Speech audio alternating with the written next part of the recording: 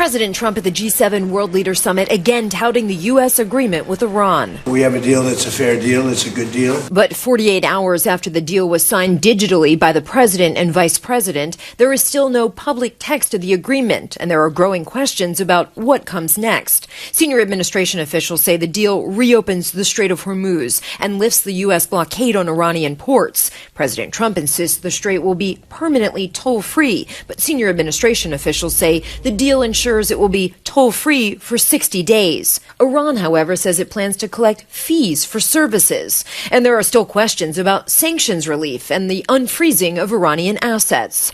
President Trump today claiming negotiations over Iran's nuclear program to be addressed in this 60-day negotiating window will be, quote, actually easier. We have our deal done with Iran, and it should be successful.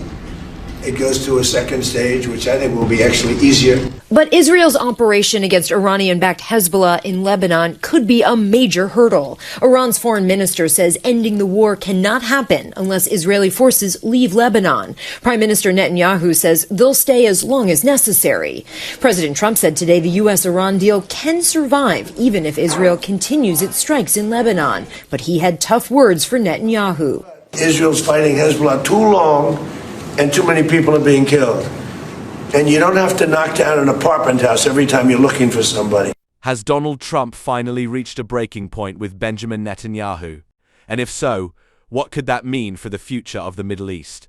In today's discussion, you'll hear a fascinating debate about the ceasefire agreement involving Iran, the role played by President Trump, and the growing questions surrounding Israel's strategy in the region.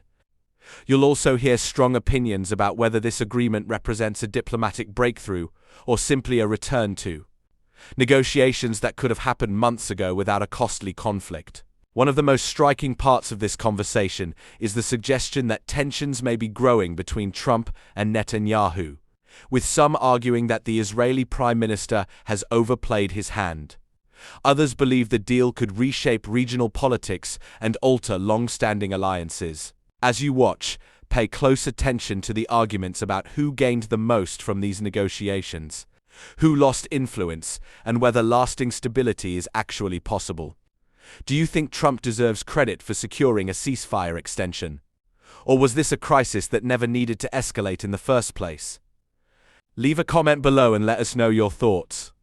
Be engaging, natural, and conversational. Don't forget to like and subscribe for more political analysis and global affairs coverage. Interesting insights ahead. Let's watch the clip together, and I'll give you my thoughts at the end. The Prime Minister, the President, and Iran. Well, let me first say how much we welcome the deal that President Trump has been able to get in this situation, and congratulate him and the mediators on the work that they have done, because this is a really important breakthrough. At the G7 here, we've been discussing the details of that deal and how we get the Strait of Hormuz open as quickly as possible. The Prime Minister in Evian today at the G7 summit congratulating President Trump on negotiating a ceasefire extension with Iran. But are congratulations really in order, given the extent to which this deal is on its face selling the Iranian people down the river? And could Vice President J.D. Vance, as he said last night, find the United States in a position where they reward the Iranian regime to the tune of $300 billion if the Iranians give America everything it wants in the detailed negotiations that are to follow? $300 billion. The Prime Minister was at pains today to talk about how positive his conversations with President Trump have been in Evian. I get on really well with Trump, Sakir said today, indicating that he had sat alongside the US leader at dinner last night and that the two men had buried the hatchet. But should they, and should we, be slapping Trump on the back for resolving a war of choice that he didn't need to fight and that has caused untold damage to our economy, never mind his own?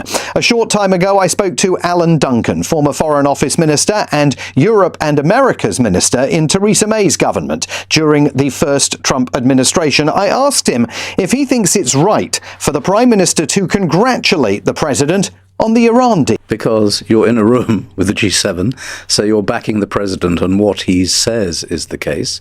And we have to hope it is, because it was essentially where the negotiations were the best part of 4 months ago, before this utterly unnecessary Israeli-led war started with no clear strategic objective.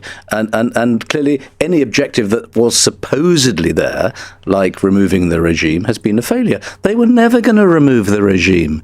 And so I think that Starmer is right. And I hope that President Trump will now deliver on this and bring this useless, purposeless, costly conflict to an immediate end. But when J.D. Vance went on American television last night and posited the possibility of Iran, if it does all the things that the Trump administration wants it to do during the 60-day negotiating period that is due to begin once the agreement is signed, Iran could eventually have access to $300 billion in incoming funds.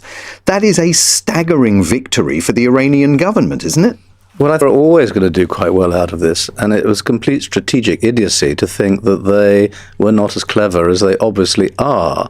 And I think the people who have misled the president on this are the Israelis. And the real loser in this is Benjamin Netanyahu, and he deserves to lose. I mean, he is the man who creates all the turmoil in the region, even more than Iran. But if we can end up with a stable Iran with no nuclear capability, either through enrichment or towards a nuclear weapon, then we will have a much more stable region. And of course, what's happening here is far more than just Iran. We need the Israelis out of Lebanon. We need the Israelis out of Syria, because they're destabilizing the south there. And we need the Israelis, the biggest issue of all, to get the hell out of Palestine, because it's not their country.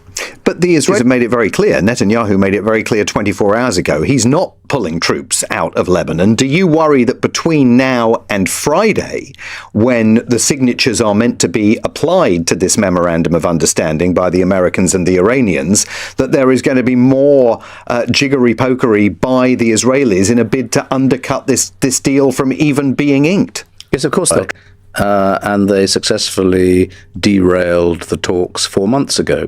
But what I think is clear is that President Trump is becoming rather exasperated, not to say very angry with Netanyahu. And if he doesn't buckle on that, that puts the Israelis in a very isolated position at a time when Netanyahu is personally vulnerable, when they've got elections looming, and where I think he has completely overreached himself and is so in breach of international law and all the decencies of conduct, he deserves to have the world turn on him and say, back in your box. Let's look more at Sir Keir Starmer's relationship with Donald Trump, which has been catastrophic over the last several months. Well, certainly in terms of the language that Donald Trump has used to describe the Prime Minister. No Winston Churchill and all of the other insults that have been thrown in London's direction. The Prime Minister says that at the G7 summit, they've got on famously. The relationship is being repaired. Is that true? And is it wise? Well, look, let's be clear about what we can all see, is that one day President Trump will love someone, the next day he won't, and it swings both ways. And, you know, everyone has to have a strategy for handling this very, very unique president. And it's inevitably going to involve good days and bad days. And I actually think that by and large, Keir Starmer has handled him as well as we could, given that there are clear differences on Iran and potentially, or possibly, Gaza as well, and the so-called border peace and all that. So I actually think he's done all right on this, and it's very difficult to know how it could have been handled much better, given our obvious differences. And with regard to the news of the day, which is now dominated by this Russian frigate in the English Channel firing warning shots at a yacht, on the day on which former Defence Secretary John Healey said to the Commons, our adversaries do not make decisions on the Treasury's timetable. I mean, definitely pointing the finger of blame at Rachel Reeves for undercutting the defence investment plan. How serious is the damage that has been done to the Prime Minister by these accusations that the country is inadequately defended, its national security is at risk? and now by this news that we've had tonight from the English Channel about the events of earlier today? There are a few things tied up in your question. The first is how we handle Russian warships doing things they shouldn't, and it was quite right to seize the Shadow tanker. The exchange of fire was actually outside our territorial waters. Doesn't make it any better, but nonetheless it makes it legally slightly different. In terms of the damage to our reputation as a country for having serious defences, yeah, I think Keir Starmer has made a big mess of this, but it points to the main problem, not just of the issue of defence, but also of his plight, which is that no one is adequately focusing on Rachel Reeves. And she is the total disaster of this government. She is the weak spot. Everyone's homing in on Keir Starmer, and there's hardly a mention from the media of Rachel Reeves. And I think she has created the complete collapse in this government's reputation. But he is First Lord of the Treasury. That's what it says on the front door, number 10. No, you're right. Yeah, it does, and he is, and of course it illustrates his weakness, but nonetheless this goes back I think, quite a long way before he looked as weak as he does now. And I think right from the start, she did some very stupid things like national insurance, it's basically the jobs tax, an attack on farmers, an attack on private schools, the pensions attack, and the winter fuel payment. Everything she has done has been a 5-star catastrophe. But anyone who fills the role of Prime Minister, assuming that we see a leadership contest and there might be a change at the top over the course of the next few weeks, is going to have to confront this central issue of how do you persuade the Treasury that you've got to provide more funding for the Ministry of Defence and that the Treasury has to get past its traditional antipathy towards the way in which the MOD has, on occasions in the past, misspent public money, not spent it to the greatest degree of efficacy. Well, I think you're right, but it's not just defence. I think whoever's Prime Minister has to get a really firm grip on the Treasury on so many other issues, as well as defence, such as welfare and other spending commitments. The only way to do that is to change the Chancellor. But my forecast, for what it's worth, if I stick my neck out, is it may be that Starmer is going to last a little bit longer than people think.